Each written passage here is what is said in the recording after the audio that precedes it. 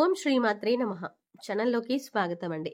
ఈరోజు ఈ వీడియోలో మనం మీనరాశి వారికి ఏ విధంగా ఉండబోతోంది, అలాగే ఏ పేర్లతో ఉన్నవారు మీనరాశి వారికి శత్రువులు, అలాగే ఏ రాశుల వారి వల్ల మీనరాశి వారు ఇబ్బందులను ఎదుర్కొంటారు అనే ఆసక్తికరమైన విషయాలను ఈ వీడియోలో మనం వివరంగా తెలుసుకుందాం. త్రిముఖ దుర్గాదేవి జ్యోతిషాలయం. ప్రేమించిన వారు దూరం కావటం, భార్యాభర్తల మధ్య గొడవలు, విడాకులు, కోర్టు సమస్యలు, స్త్రీ మరియు పురుష వశీకరణ, ధనం మరియు బిజినెస్ సమస్యలు, వివాహం ముడిపడకపోవడం, చెడు ప్రయోగాల నివారణ మొదలగు ఎటువంటి సమస్యలకైనా 100% పరిష్కారం చూపబడును. గురూజీ భవానీరాజు. Cell number 8885647696. నమ్మకంతో ఒక్కసారి కాల్ చేయండి, మీకే తెలుస్తుంది. కానీ అంతకంటే ముందుగా మీరు కనుక మన ఛానల్ని ఇప్పటి వరకు సబ్స్క్రైబ్ చేసుకోకపోతే వెంటనే సబ్స్క్రైబ్ చేసుకొని పక్కనే వచ్చిన బెల్ ఐకాన్ నొక్కి ఆల్ సెలెక్ట్ చేసుకుంటే మేము ఇలాంటి వీడియోస్ అప్లోడ్ చేయగానే ముందుగా మీకు నోటిఫికేషన్ వస్తుంది. అలాగే ఈ వీడియోని ఎక్కడా కూడా స్కిప్ చేయకుండా చివరి వరకు చూస్తేనే మేము ఏం చెప్తున్నాం మీకు పూర్తిగా అర్థమవుతుంది. ఇక వివరాల్లోకి వెళ్తే, ఈ రాశి వారు ముఖ్యంగా ఈ 3 పేర్లు ఉన్నవారితో చాలా జాగ్రత్తగా ఉండాలి. అలాగే 3 రాశుల వారు ఈ రాశి వారికి అతిపెద్ద శత్రువులు అనే విషయాన్ని మీరు గమనించవలసి ఉంటుంది. ముఖ్యంగా మీరు గమనించి వాళ్ళు ఎవరో గుర్తించి వారితో మీరు జాగ్రత్తగా ఉండకపోతే జీవితంలో కష్టాలను ఎదుర్కోవాల్సి వస్తుంది. గ్రహాలు ఎంత అనుకూలంగా ఉన్నప్పటికీ కూడా ఈ రాశుల వారికి అలాగే ఈ పేర్లు ఉన్న వారితో మీరు జాగ్రత్త పడకపోతే ఇటువంటి వారి నుంచి మీరు ప్రమాదాలు ఎదుర్కోవాల్సి వస్తుంది. ఎందుకంటే త్వరగా మీరు వారిని గుర్తించి దూరం పెట్టకపోతే మీరు చేసే ప్రతి పనిలో వారు ఆటంకాలు కలిగించడానికి సిద్ధంగా ఉంటారు. అయితే ఈ రాశి వారు ఎవరు, అలాగే వారు ఎటువంటి లక్షణాలను కలిగి ఉంటారు, అది ఎటువంటి పనులు చేస్తారు అని, మీతో ఎలా మాట్లాడతారు, వారి ప్రవర్తన ఎలా ఉంటుంది అనే విషయాలు మీరు పూర్తిగా తెలుసుకుంటే కనుక వారిని సులువుగా గుర్తించి వారిని మీ నుంచి దూరంగా పెట్టవచ్చు. అప్పుడు మీరు జీవితంలో ఎటువంటి ఆటంకాలు లేకుండా మంచి స్థాయికి చేరుకుంటారు. అయితే ఈ 3 పేర్లు ఉన్న వ్యక్తులు ఎవరు, అలాగే ఈ 3 రాశుల వారు ఎవరు అనే విషయాలను వివరంగా తెలుసుకోవాలి అంటే ఈ వీడియోని మీరు చివరి వరకు స్కిప్ చేయకుండా చూడండి. అప్పుడే మీకు పూర్తిగా అర్థమవుతుంది. ఈ రాశి వారు ఎప్పుడూ కూడా ఉత్సాహంగా, ఉల్లాసంగా ఉంటారు. ఏ పని చేపట్టినా దాన్ని పూర్తి చేయాలి అన్న పట్టుదలని కలిగి ఉంటారు. ఈ రాశి వారు ముక్కుసూటిగా మాట్లాడతారు. ఇక వీరికి అప్పగించిన పనిని చేసుకుంటూ పోతారు. అలాగే ఎవరి జోలికి వెళ్లరు. ఎక్కువగా చంచల మనస్తత్వాన్ని కలిగి ఉంటారు. అంటే స్థిరమైన ఆలోచన ఉండదు. మీరు ఇతరులతో నమ్మకంగా ఉంటారు. అలాగే ఎదుటి వాళ్ళు కూడా మీతో అలాగే ఉండాలని అనుకుంటారు. కానీ మీరు ఊహించిన దానికంటే భిన్నంగా జరిగినప్పుడు, అంటే ఎవరైనా మోసం చేశారు అని తెలిస్తే మాత్రం మీరు చాలా ఆవేదనకి గురవుతారు. మానసికంగా చాలా బాధపడతారు. దీని కారణంగా అనేక సందర్భాల్లో ఈ రాశి వారికి ఎదురు దెబ్బలు తగులుతూ ఉంటాయి. అలాగే మీరు చాలా సున్నితంగా ఆలోచన చేస్తూ ఉంటారు. అంటే ప్రతి చిన్న విషయానికి కూడా ఎక్కువగా ఆలోచిస్తూ ఉంటారు. ఒక చిన్న మాటలో చెప్పాలంటే మీరు చాలా సెన్సిటివ్గా ఉంటారు. చిన్న చిన్న విషయాలకి మనసుని కష్టపెట్టుకునే సందర్భాలు చాలా ఉంటాయి. ఇక్కడ ముఖ్యంగా మీరు తెలుసుకోవాల్సింది ఏంటంటే, ఎటువంటి సందర్భాల్లో, అంటే మనసు బాధపడిన సందర్భంలో కానీ, లేదా ఎక్కువగా మీకు కోపం వచ్చిన సందర్భంలో కానీ ఎటువంటి ముఖ్యమైన నిర్ణయాలను తీసుకోకూడదు. దీనివల్ల మీరు జీవితంలో కష్టాలను ఎదుర్కోవాల్సి వస్తుంది. ముఖ్యంగా ఈ రాశి వారికి మీ మంచితనమే మీకు శ్రీరామ రక్ష అని చెప్పవచ్చు. ఎందుకంటే మీరు ఎదుటివారు బాధపడుతుంటే చూడలేని మనస్తత్వాన్ని కలిగి ఉంటారు. ఇటువంటి మంచితనం మిమ్మల్ని ఎప్పుడూ కాపాడుతూ ఉంటుంది.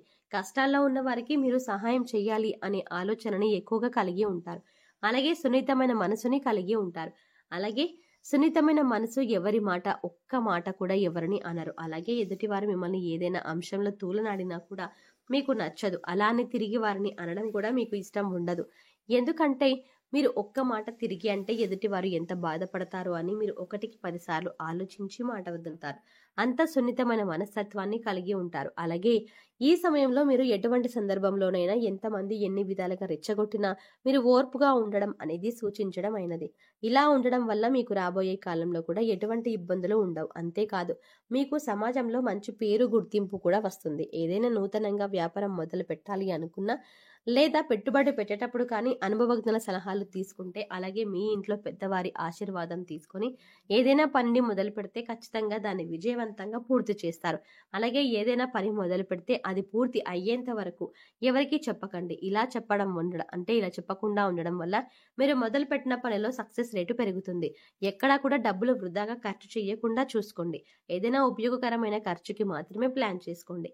మిమ్మల్ని ఎదుటివారు వాళ్ళ అవసరానికి తగ్గట్టుగా వాడుకుంటూ ఉంటారు. అదే మీకు ఏదైనా పనిలో సాయం కావాలి అన్నప్పుడు ఎవరూ ముందుకు రారు. ఇక ధనం అప్పుగా ఇచ్చిన సందర్భాల్లో మీరు ఎవరికైనా డబ్బు ఇస్తే అవి తిరిగి రావడం కష్టమే అని చెప్పాలి. ఒక రకంగా ఇది మొండి బకాయిగా మారిపోతుంది. తప్పితే అప్పు ఇచ్చిన డబ్బులు మీకు తిరిగి రావు. కాబట్టి ఎవరైనా డబ్బులు ఇచ్చే విషయంలో చాలా జాగ్రత్తగా ఉండండి. ఇక వీరికి ఎవరిని కూడా గుడ్డిగా నమ్మకూడదు. మీరు ఏదైనా కష్టం వచ్చినప్పుడు ఎదుటి వారితో చెప్పడం కంటే కూడా దేవుడి దగ్గర చెప్పుకోవడం చాలా మంచిది. ఎందుకంటే దేవుడి దగ్గర చెప్పుకోవడం వల్ల మీ కష్టం తీరేందుకు మార్గాలు మీకు దొరుకుతాయి. అంతేకాదు మీ కష్టాలను విన్న భగవంతుడు మీకు కష్టాలను వెనువెంటనే తీరుస్తాడు. ఎందుకంటే ఈ సమయంలో ముఖ్యంగా మీకు దైవబలం కూడా అండగా ఉంటుంది.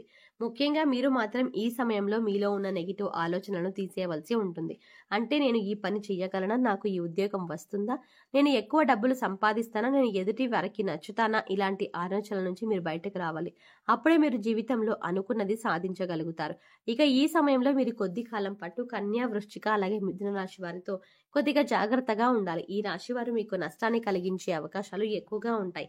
అందుచేత వారు వేసే చిత్తులకి పై ఎత్తులు వేయడానికి సిద్ధంగా ఉండండి. అలాగే వీరితో ఎక్కువగా మీ పర్సనల్ విషయాలను షేర్ చేసుకోకుండా అవసరమైనంత వరకే మాట్లాడడానికి ప్రయత్నించండి. కొంతకాలం పాటు గ్రహస్థితులు మళ్ళీ అనుకూలంగా ఉన్నప్పుడు పరిస్థితులు చక్కబడతాయి. అలాగే ఈ సమయంలో మీరు కేపీ అండ్ కేహెచ్ తో స్టార్ట్ అయ్యే పేర్లు ఎవరైతే ఉంటారో అటువంటి వారితో మీరు జాగ్రత్తగా ఉంటే సరిపోతుంది. అది మీ ఉద్యోగంలో కానీ, ఇరుగు పొరుగు కానీ, స్నేహితులు కానీ కొద్దిగా వీరితో ఈ సమయంలో జాగ్రత్తగా ఉండండి. ఈ రాశి వారు ఈ సమయంలో చేసుకోవాల్సిన దేవతారాధన చూసుకున్నట్లయితే మీరు ఎక్కువగా వినాయకుడిని ప్రార్థించవలసి ఉంటుంది. ప్రతిరోజు వినాయకుడికి స్తోత్రాలు చదువుకున్నట్లయితే గనక గణపతి యొక్క అనుగ్రహం మీకు పరిపూర్ణంగా లభిస్తుంది. మీరు చేపట్టిన ప్రతి పనిలో ఆటంకాలు లేకుండా పూర్తవుతాయి. ముఖ్యంగా ప్రతి బుధవారం వినాయకుడికి గరికను సమర్పించండి. మీకు వీలైతే గరికను మాలలాగా తయారు చేసి స్వామివారికి అలంకరించండి. అలాగే అనారోగ్య సమస్యలతో బాధపడేవారు సూర్యుడికి రోజు ఉదయాన్నే నీటిని సమర్పించి ఆదిత్య హృదయ పారాయణం చేసుకోండి. ఇలా సూర్యుడికి నీళ్లను సమర్పించే సమయంలో మీకు దొరికితే ఆ నీళ్లలో ఒక ఎర్రటి పువ్వు, కొద్దిగా అక్షింతలు వేసి నీటిని సమర్పించండి.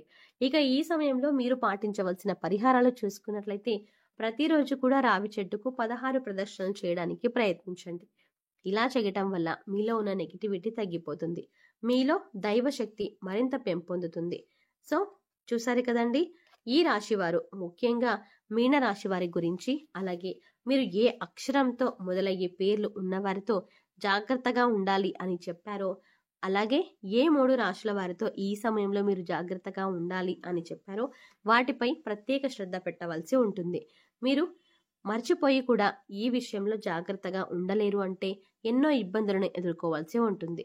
అంతేకాకుండా ఈ సమయంలో మీరు చేసుకోవాల్సిన దేవతారాధన, అలాగే పాటించవలసిన పరిహారాల గురించి ఈ వీడియోలో మనం వివరంగా తెలుసుకున్నాం కదా. ఈ వీడియో మీకు నచ్చినట్టయితే లైక్ చేయండి.